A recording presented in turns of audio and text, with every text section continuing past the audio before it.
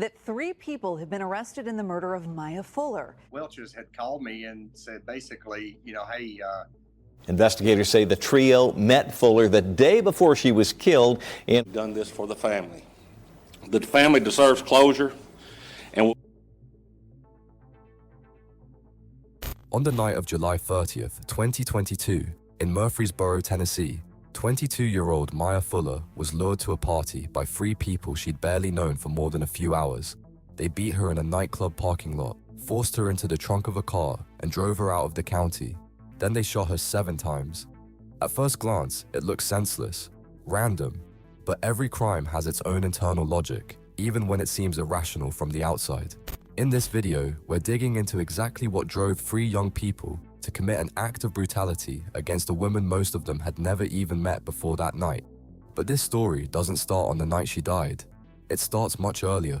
Mya Fuller grew up in Murfreesboro, Tennessee, in a family police would later describe as loving and stable. Even at 22, she still called her parents almost every single day. That habit, that daily phone call, is one of the first things her family noticed when it suddenly stopped. In 2018, Mya graduated from Blackman High School, magna cum laude, top of her class. She played basketball, and by every account, it wasn't just a pastime. She gave everything she had to it. After high school, she enrolled at Vol State College, set to start classes in the fall of 2022, just weeks after the events in this story. She was standing on the edge of a new chapter in her life, one she'd never get to start. Everyone who knew her tells the same story. No conflict, no hidden problems, no red flags. That's the exact phrase investigators use to describe her life, and it's worth pausing on because it's rare. In most cases like this, investigators dig and they find something. A bad crowd, financial trouble, an addiction, some piece of a troubled past that connects the dots. Not here. No drugs, no alcohol in her system, no criminal associates, no history with anyone who wanted to hurt her. The only thing tying her to the people who ended her life was an argument that happened less than 24 hours before her death. Thank you all again for being here today. In response to your question, this was not an ongoing relationship. These parties did not know each other. The people she crossed paths with told a very different story. Tiana Tipton was 21 at the time, living in Nashville. And unlike Mya, Tipton had red flags, documented ones. WSMV found out Tipton, one of the women charged, was also arrested earlier this year for assault in Montgomery County. Earlier that same year, she'd already been arrested for assault in Montgomery County. Her history with violence was on the books long before Mya Fuller ever came into the picture. With her was her brother, Tayshawn Bowles, 20 years old, also from Nashville.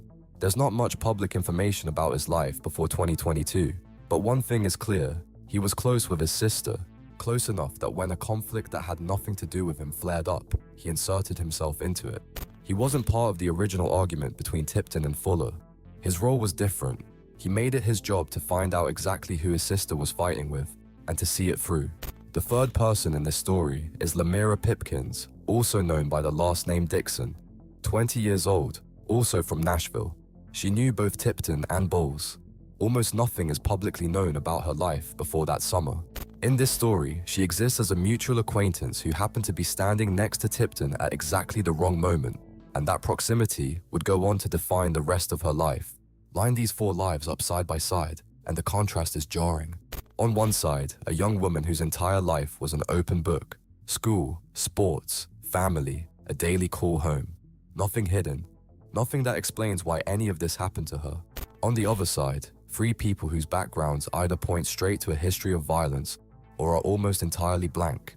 Now, what happened right before the murder? On the night of July 29th, 2022, a personal conflict broke out between Tiana Tipton and Mya Fuller. This is the hinge point of the entire case. The 2 of them knew each other, and that one argument is what set everything else in motion.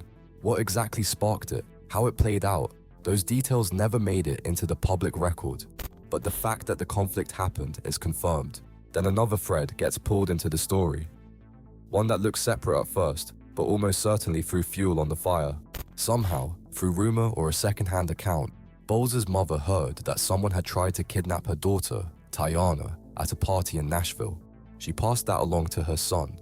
Later, when investigators pulled the surveillance footage from that party, they found nothing. No evidence any kidnapping attempt ever happened.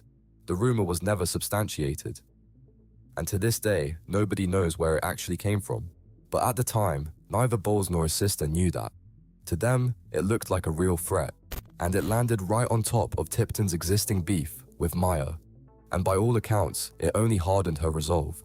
Bowles decided to find out exactly who his sister was up against. He started searching social media. Eventually, that search led him to Mya Fuller's Instagram.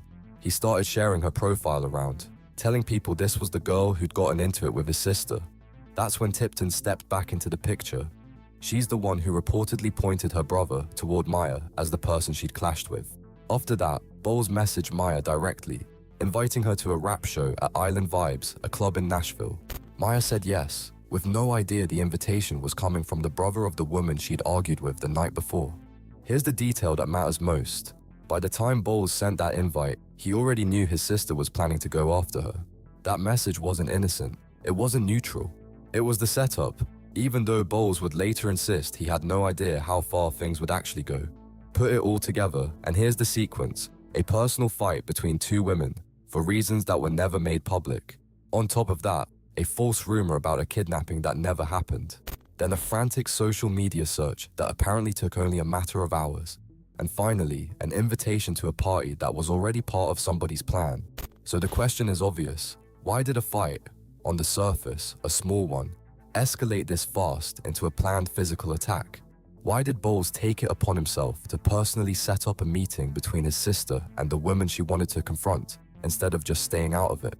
And how much of Tipton's decision was driven by a rumor that, as investigators later confirmed, never actually happened? And there's a bigger question hanging over the whole case.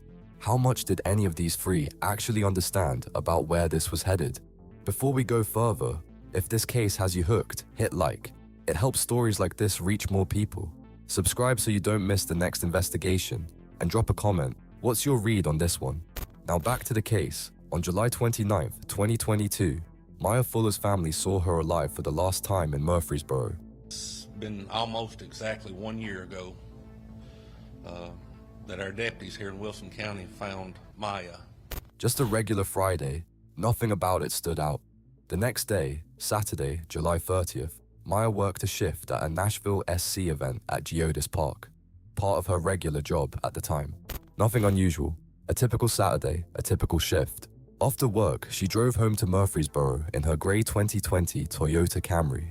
She spent some time at home, then headed back out, this time to Nashville, to Island Vibes nightclub on Antioch Pike near Harding Place. Right before she disappeared, Fuller's relatives say she worked at an event at Geodis Park for Nashville SC and then went to the Island Vibes nightclub. She pulled up in her own car at around 11:14 p.m. It was a Saturday night, the club's busiest night of the week. Island Vibes was packed. Investigators believe some of the people inside that night may have witnessed pieces of what happened without even realizing it at the time. That would become one of the biggest obstacles in the case. Plenty of potential witnesses, almost none of them willing to come forward. At some point that night, Mya walked out to the parking lot with Tiana Tipton. What led up to that moment? What was said inside the club? Who suggested stepping outside? None of it made it into the public record. Only the outcome is confirmed. The two women whose conflict started the night before ended up alone in that parking lot. Not for long. Out there, Mya was attacked by Tiana Tipton and Lamira Pipkins. It was a brutal beating, one whose full extent would later be laid out in a forensic exam. Two attackers, one victim. She never stood a chance to fight back or get away. Tayshawn Bowles later told investigators he was nearby and saw part of what happened. He said he heard his sister shout, "Open the trunk," but claimed he didn't actually witness Mya being forced into the car. According to him, he tried to follow his sister's car afterward, but lost it in traffic. That detail, hearing the command to open the trunk, but somehow missing the moment it happened, became a major point of scrutiny later on. If he was close enough to make out a shouted phrase during a violent struggle, he was close enough to see what came next. That gap in his story is one investigators would spend a long time picking apart against the rest of the evidence. After the beating, Tiana Tipton forced Mya into the trunk of the car. She drove out of the city, into Wilson County, toward a road called Trammell Lane, a stretch of land between Highway 231 near Cedars of Lebanon Park and Highway 70 out by Watertown. It's not a busy area, even in daylight. At night, it's nearly empty.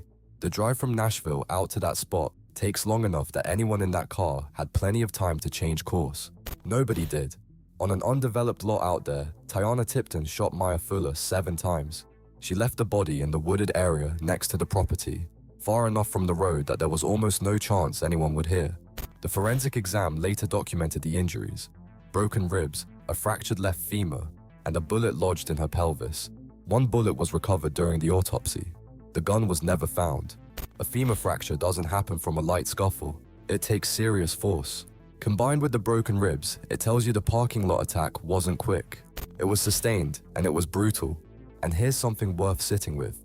Tipton reportedly fired 7 shots, but the autopsy documented far fewer direct gunshot wounds than that number would suggest. It's not the only inconsistency in this case. We'll come back to that. One more detail worth noting: the spot where the body was left wasn't some hidden patch of woods Tipton had known since childhood. It was a lot actively being developed. Land that was, sooner or later, guaranteed to draw attention from builders or new owners. Whether the plan was for the body to stay hidden long term, or whether that consideration never even factored in, is impossible to know. A significant amount of time passed between the parking lot beating and the gunshots in Wilson County. Enough time to cover that distance by car after dark. The entire time, Mya Fuller was in that trunk, already badly injured. What happened during that drive? Whether the car stopped, whether anyone spoke, whether Mya had any chance to do anything at all, is one of the darkest unknowns in this entire case. Only Tiana Tipton knows. The murder weapon was never recovered. What happened to it after the shooting remains unanswered. By the morning of July 31st, 2022, Mya Fuller was dead. Her body lay in the woods, miles from home, on what should have been just another ordinary night of her life. Back at Island Vibes, her grey Toyota Camry sat exactly where she'd parked it. Nobody had come back for it, because there was no one left to drive it home. That abandoned car in the club parking lot would become the first visible sign that something was very wrong, long before anyone knew what had actually happened to its owner. Her family raised the alarm almost immediately. When calls to Mya started going straight to voicemail, over and over, they contacted the Murfreesboro Police Department.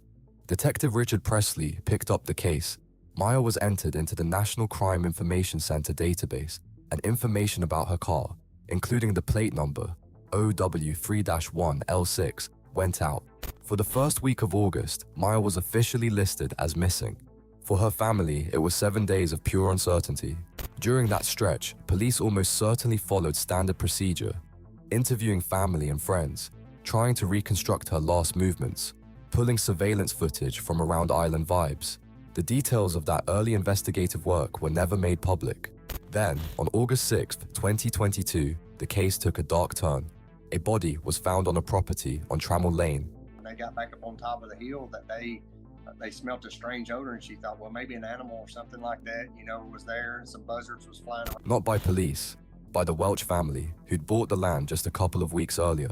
Welch's had called me and said basically, hey, they found a body on our property. And I was like, what?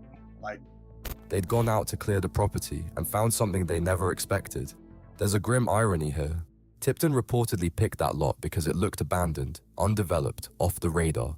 But it was exactly because the land had just changed hands and was actively being cleared that the body was found so quickly, instead of staying hidden for months or years. Jason Anderson, the real estate agent who'd sold the property, later described getting the call from the Welch family. They told him they'd found a body. He said he couldn't believe it. But my understanding is this is like an old World War II bunker type place. Wilson County Sheriff Robert Bryan later gave more detail. The body was about 150 yards off Trammell Lane, and it was the property owner himself who found it. On August 16th and 17th, 2022, the remains were officially identified as Mya Christine Fuller.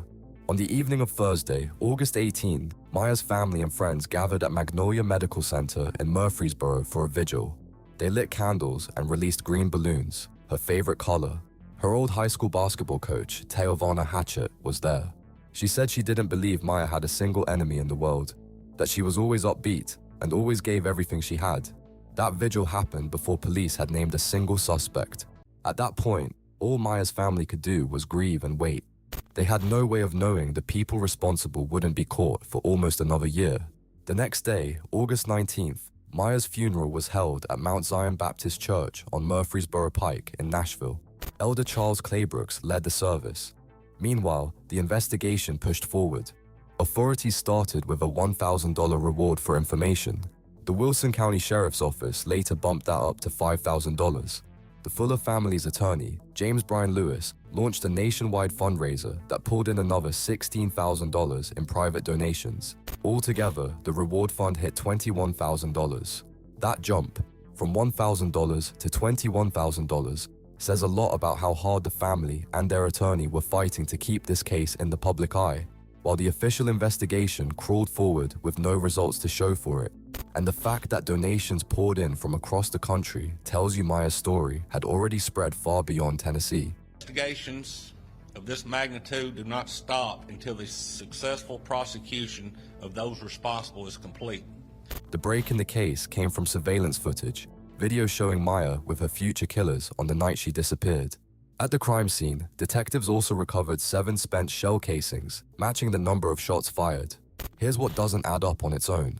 If footage placing Mya with these 3 existed almost from the start, you'd expect an arrest to follow fast. Instead, nearly a year passed between the discovery of her body and the filing of formal charges, which raises the obvious question of what took so long when the key evidence was there from day one. For months after her body was found, Tiana Tipton remained the primary suspect. In January 2023, investigators searched the suspects' homes.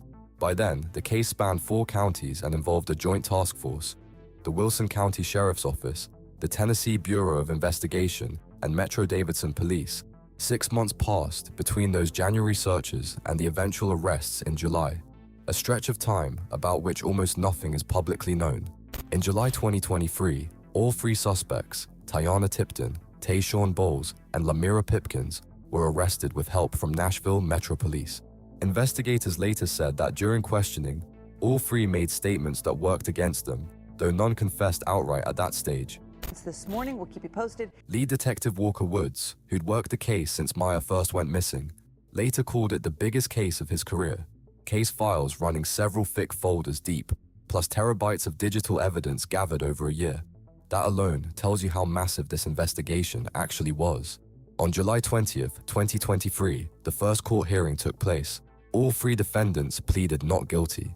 At that point, all 3 were facing the death penalty, held without bail. For the Fuller family, it was the first time in nearly a year that the people responsible weren't just names in a case file. They were sitting right there in the courtroom. One thing worth flagging: authorities never ruled out the possibility that other people were involved beyond the 3 who'd been charged. Even after the arrests, that question was left officially open, and no public update has ever closed it.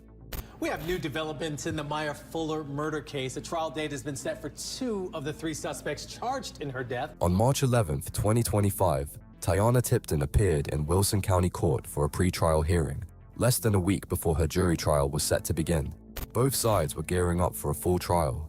A jury, witnesses, physical evidence, all of it.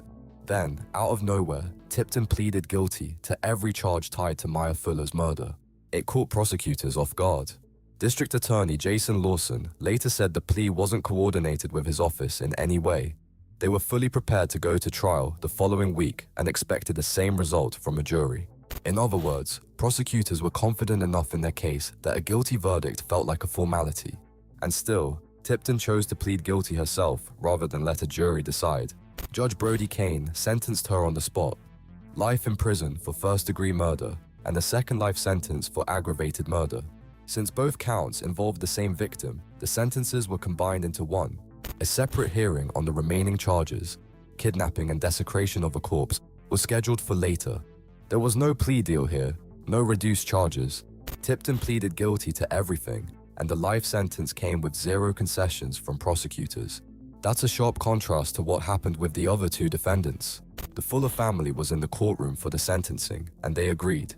This was the right outcome for the woman who pulled the trigger. Lawson later said this case wasn't just another file for him. It was a chance to get justice for Mya, and in his entire career, it was one of the best investigations he'd ever been part of. That closed the case against the person who beat, kidnapped, and killed Mya Fuller. But 2 more defendants remained, and their cases would play out very differently. On October 14th, 2025, it was Tayshawn Bowles' turn. Unlike his sister, he didn't plead guilty to the original charge of first-degree murder. Today, one of those suspects pleaded guilty to the charges against him, and those charges were actually downgraded. Tayshawn Bowles pleaded guilty. Instead, he took a plea deal. Guilty to a significantly reduced charge, aiding and abetting an aggravated kidnapping. That's a Class B felony, nowhere near as serious as what he'd originally been charged with. That change in wording matters. Aiding and abetting a kidnapping is a completely different legal picture than any form of participation in a killing. Under the deal, that's officially what his role became on paper. Bowles was sentenced to 12 years, eligible for release after serving 30% of that time. Do the math, and he could walk free in roughly 3.5 years, not 12. Prosecutor Lawson publicly defended the decision. He said different people carry different levels of responsibility for the same crime, and the plea reflected exactly how involved Bowles actually was. Prosecutors say Bowles invited Mya Fuller to a party after learning she and his sister got into an altercation and that Bowles knew his sister planned to assault Fuller that night. He invited the victim to the party and therefore bears responsibility for that, Lawson said. But the evidence gathered does not indicate that he intended to participate in her death or actually participated in the murder itself. Almost 6 months later, it was the third defendant's turn. In March 2026, on the exact day jury selection was set to begin, Lamira Pipkins, also known as Dixon, pleaded guilty to aiding and abetting first-degree murder. Prosecutor Lawson confirmed Pipkins and Dixon were one and the same person, clearing up confusion from the two names showing up throughout the case files. Pipkins was sentenced to 20 years in a Tennessee state prison. With that, the case was officially closed. The woman who pulled the trigger, the man who set up the meeting that got Mya killed, the woman who helped beat her in that parking lot, all three pleaded guilty. None of it ever reached a jury. As of now, all three are serving their sentences. The Fuller family's reaction to these outcomes was anything but uniform. They saw Tipton's guilty plea and life sentence as real justice for the person who killed their daughter. Bowles' plea deal was a different story entirely. And by every account, it was the hardest pill the family had to swallow through the whole process.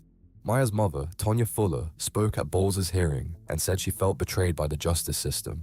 She called the 12-year sentence unfair, but said the family had no real choice but to accept it, that the system had made its decision, and even though they disagreed, trusting the process was all they could do. Notice what she didn't say. Not rage, not a demand for a redo, just a kind of forced resignation toward a system whose call she considered wrong, but couldn't undo. One of the hardest things she said that day was about how her daughter's body was treated. Mya was killed, beaten, and dumped like trash. Mya's parents, Chris and Tonya, showed up again and again throughout the years-long legal process, from the first arrests all the way through every single hearing for all three defendants. Even before any of this reached the courtroom, the officers who worked the case spoke publicly about it. Wilson County Sheriff Robert Bryan talked about finding an innocent 22-year-old dead in the middle of an empty lot, called it heartbreaking. He said Mya was a vibrant young woman with her whole life ahead of her, and that they wouldn't stop until whoever was responsible was caught. In another statement, Bryan called her a good girl from a good family, a family that deserved answers and had no reason for any of this to have happened to their daughter.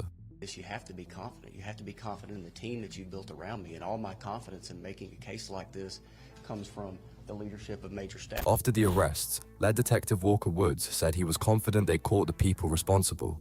This case drew heavy media coverage from the moment Mya's disappearance became public in early August 2022. Nearly every major news outlet in Tennessee covered it. WKRN, WSMV, News Channel 5, Fox 17, along with local papers, and it spread hard across Facebook and TikTok. Part of what fueled the public reaction was the contrast. A bright, hard-working, high-achieving young woman, and the sheer brutality of what happened to her. The other part was how random it all was. The victim and her killers had known each other for less than a day, and the whole thing was triggered by an argument that had nothing to do with her. That's exactly why Sheriff Bryan called it senseless. Even with all three people involved now behind bars, this case still leaves questions unanswered. Nobody has ever figured out where that rumor came from. The false claim that someone tried to kidnap Tiana Tipton at a party in Nashville. The rumor that kicked off this entire chain of events and one investigators found zero evidence for. Whether it was a deliberate lie, an honest mistake, or a simple misunderstanding, we may never know. The question of whether anyone else was involved, beyond the 3 who were convicted, also remains open. At one point, authorities explicitly said they weren't ruling it out, and no public statement has ever closed that door. Whether the final sentences actually match the severity of the crime is another question the family has raised openly, especially when it comes to Bowles' 12-year sentence and the possibility of release in just a few years. Legally, the case is closed, but for the Fuller family, for the coaches and friends who knew Mya since high school, and for everyone who's followed this case for almost 4 years, it doesn't end with a sentencing hearing. Mya Fuller won't be remembered as a name in a court file. She'll be remembered as a 22-year-old who called her parents every day, who played basketball, who graduated high school with honors, who was getting ready to start college, a young woman who did absolutely nothing to deserve what happened to her. 3 trials, 3 separate verdicts, almost 4 years of proceedings. And the question that started this whole story still doesn't have a clean answer. How does an argument between 2 people who barely knew each other turn into a premeditated murder that ends the life of someone whose only mistake was being wrongly pulled into a conflict that was never hers? And if there's one question that lingers over everything else, it's not about that night or the motive behind it. It's about what happened afterward, in the courtroom. Why did the man who personally delivered the victim to her killers, who knew the attack was coming, walk away with a sentence that lets him go free in just a few years, while his own sister, the one who pulled the trigger, will spend the rest of her life behind bars?